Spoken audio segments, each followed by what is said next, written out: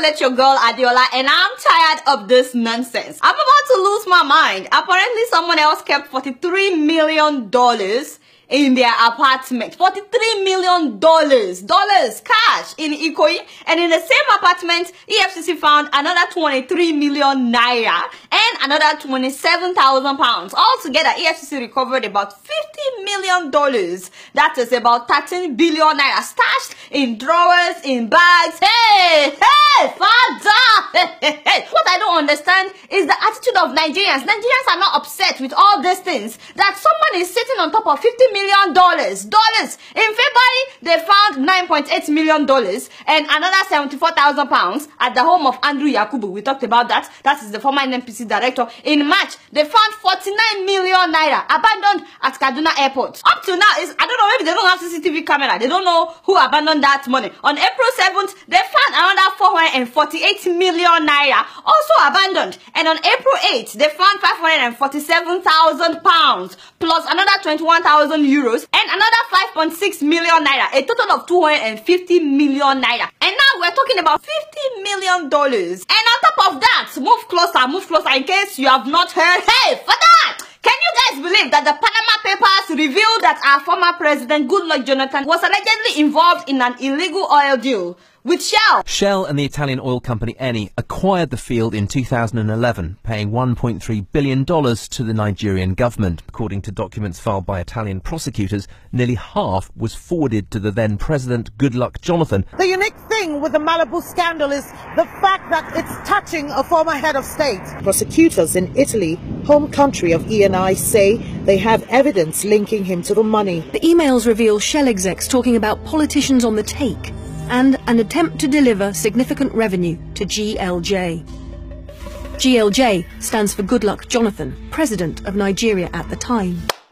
Did you get that? 1.3 billion. He collected and pocketed the money. Now we are finding out the oil block is what? $500 billion. Only ya me asake. Only ya me asake. You know, a lot of us are waiting for Judgment Day. Father, don't be late, yo. Can I remind you what this money could do? I mean, I've done that several times on this show. I tried to open your eyes. My people make you not shine your eye well.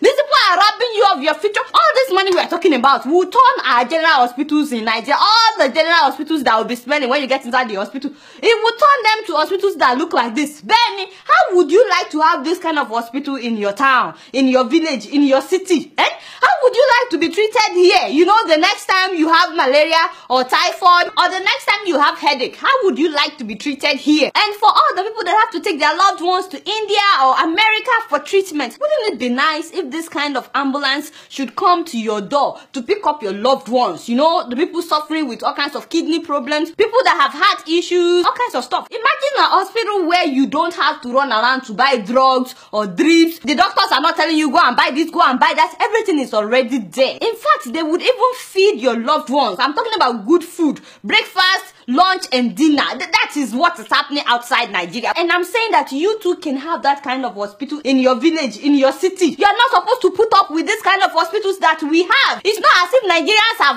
offended God more than anybody else in this world. God is not wicked. Your God is not wicked. It is our politicians and our officials that are wicked. God did not mean for us to be going to these kinds of hospitals. Not at all. He didn't mean for your loved ones to die because of inadequate treatment. All of you that have lost loved ones have lost a lot of loved ones because of the poor healthcare system in Nigeria. And also, Nigerian students, you need to understand that the money that these people have stolen can transform your life as students. Your rooms, your hostel rooms should not look like this. No.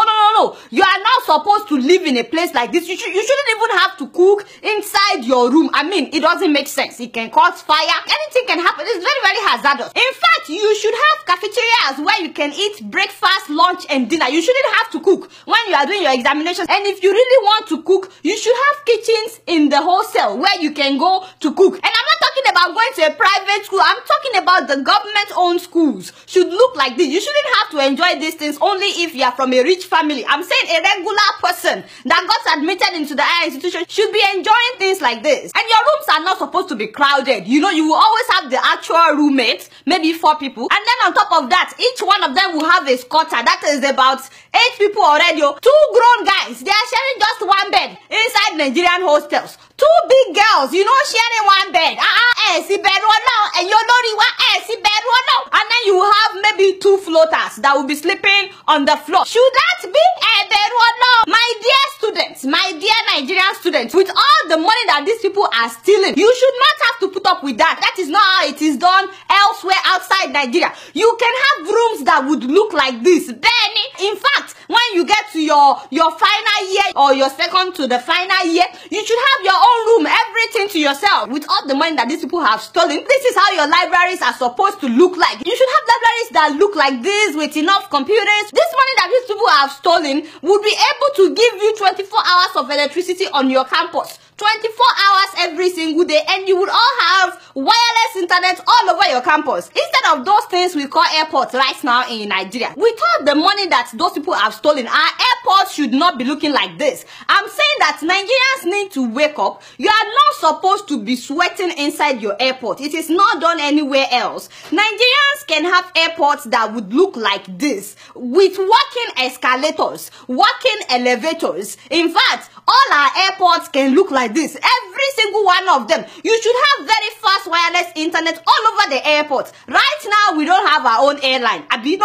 We, in fact, Arik, what do you mean, Arik? Can you shut up for 1 minute? You don't get me started. We should have Nigerian airline. Right now, we don't have. But with all the money that these people have stolen, we can have the best airline in the world. All these people, they are robbing us. And they are robbing us of our future and of our children's future. They are robbing you of your destinies. And some people don't even know it. Our roads should not look like this. This is only because some people sit on the money that is meant to fix our roads. Imagine if all our roads look like this in Nigeria. I mean, you wouldn't have to be fixing your car every day because of the potholes. You know those things. They can wear out your car very easily. You can actually plan your day and say, I'll get there by 4:15 because you know that the roads will be good. I'm saying that people need to realize that all the money that these people have stolen, including the ones that people are still stealing as I'm talking, because they are still stealing money even as I'm talking. That is why our hospitals are like this instead of them looking like this. That is why our tertiary institutions are looking like this instead of them to look like this. That is why our roads are looking like this instead of them to look like this. Are you not tired, Nigerians? Are you not tired of letting these politicians ruin our lives? I'm really upset. And by the way, all the things that we are saying, who is monitoring all these monies that are being recovered? I know that EFCC said that they are keeping them as evidence. Who is monitoring EFCC? No, for real, who is policing EFCC? What happens after EFCC leaves with all those bags of money? I would like to know. I'm not saying I don't trust EFCC, but actually I don't. No offense. It's just that by now you would think there will be a website that will be tracking all this money. Shebi, it is our money. Nigerian people, we should be able to follow the money. Benny, how do we know that this money will not be restolen after they've been recovered? It's true. And when will it be pumped back into the economy? Because we keep recovering millions of dollars every month, yet people have not been paid their salaries for months. I mean, not only that, so many of these thieves, so many of these big people, they are bailing them. Some of them are bribing judges to clear their names. Can you imagine Andrew Yakubu saying that they should return his money? And last week, Patience Jonathan was trying to withdraw some of the stolen $5.9 million. Where did she find $5.9 million? And now she's trying to withdraw the money. Apparently, they said they have cleared Madam's name. I'm like, hey, isn't that our money? Isn't that our money? Father, are you still coming? You know? Are you still coming? Because right now, I'm starting to get weary, you know? Shebi, you said hope deferred, weary is the heart. I'm very weary right now. Because all the thieves are getting away with our money. Benny! You guys can't know anything. Oh, guess what? I'm not skipping it through. Growing up in Kenya, my sister and I were very close. But like any sisters, we fought a lot. She always got new clothes, and I always got hand-me-downs. Now she's putting her children through school in Kenya. We still fight sometimes, especially when I send money for the kids. I tell her, buy some clothes for the younger one, and we both laugh. With nearly 500,000 locations, our app and online, this is moving money for better.